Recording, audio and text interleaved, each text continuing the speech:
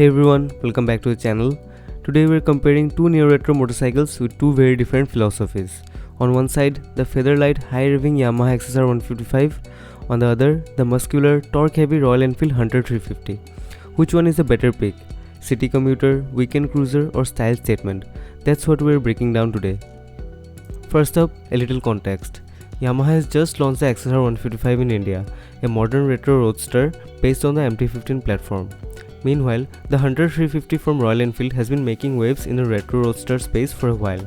It's a 349cc single-cylinder machine with real classic vibes. Now, let's compare them head-on. Design, performance, ride and value.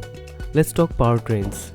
The XSR155 is powered by a 155cc liquid-cooled single-cylinder engine with 4 valves and Yamaha's VVA technology. It makes about 18.4 PS of power at 10,000 rpm and roughly 14.2 Nm of torque at 7,500 rpm. It's mated to a 6-speed gearbox with an assist and slipper clutch.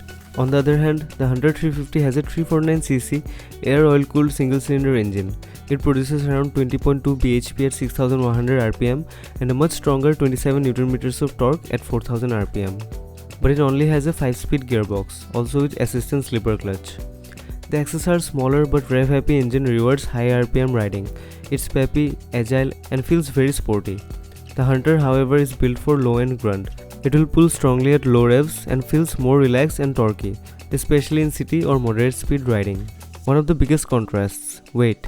The XSR155 weighs around 137 kg, while the Hunter 350 is significantly heavier, tipping the scales at 181 kg. That's almost a 44 kg difference, all else being equal, which makes a big impact on handling, especially in traffic or tight corners. The XSR has a 10-liter fuel tank, while the Hunter carries 13 liters. Seat height of the XSR is 810mm, while the Hunter is 790mm. So, the XSR is lighter and more nimble, which is great for city riding. The Hunter's heavier frame gives it a more planted feel, but may make it less flakeable. Moving on to chassis and handling, the XSR155 uses a modern perimeter delta box frame, plus USD front forks and a monoshock at the rear, with an aluminum swing arm. Hunter 350 by contrast has a more classic twin double-down spine frame, with telescopic front forks and twin rear shock absorbers. The Hunter also gets slightly larger disc brakes, 300mm at the front and 270mm at the rear, compared to the XSR's 282mm front and 220mm rear setup, which helps compensate for its additional weight.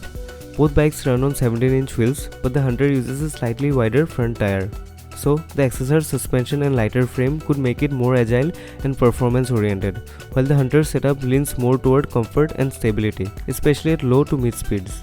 Feature-wise, both bikes are quite modern in safety but different other tech. The Hunter 350 comes with dual-channel ABS, an analog plus digital dash, and Royal Enfield's tripper navigation pod with turn-by-turn navigation.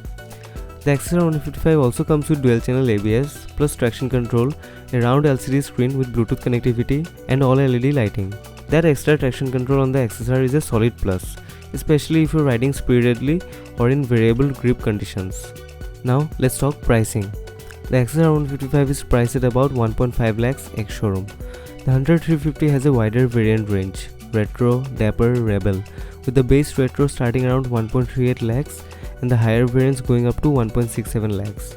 One thing to note is that the base retro variant of the Hunter misses some features like tubeless tires, maybe rear disc depending on the trim. So if you're comparing apples to apples feature-wise, you would be looking more at the mid to high variants of the Hunter. In that sense, the XSR can be very competitive, especially given its tech and modern underpinnings.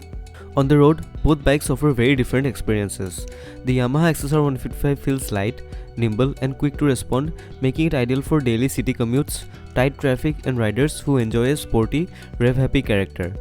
The Royal Enfield Hunter 350 with its stronger, low-end torque and planted feel is better suited for relaxed rides, short weekend trips and anyone who prefers an easygoing, classic roadster vibe. The XSR favors agility and modern performance, while the Hunter focuses on comfort, stability and accessible power at low speeds. So now, it's time for the verdict. There is no one-size-fits-all winner.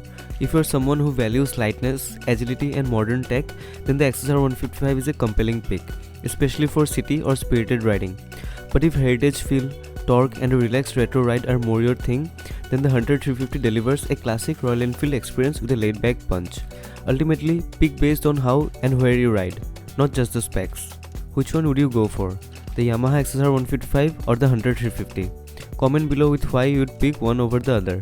If you like this video, don't forget to hit the like button, subscribe if you haven't already, and hit the bell icon so you don't miss out on more automotive updates like this. Thanks for watching, and I'll see you in the next one.